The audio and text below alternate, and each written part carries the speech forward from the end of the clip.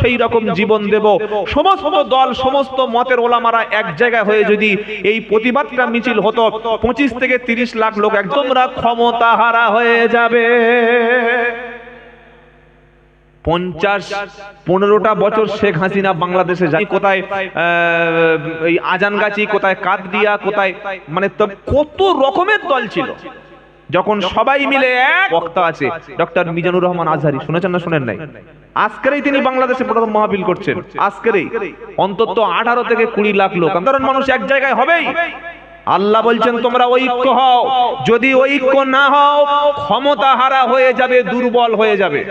লাস্তা মিনহুম ফি শাইইন, 8 নম্বর পারা 9 নম্বর পৃষ্ঠা 4 নম্বর লাইনের 159 নম্বর একাকার বলবে, আমরা তাদের সাপোর্ট করব ইনশাআল্লাহ।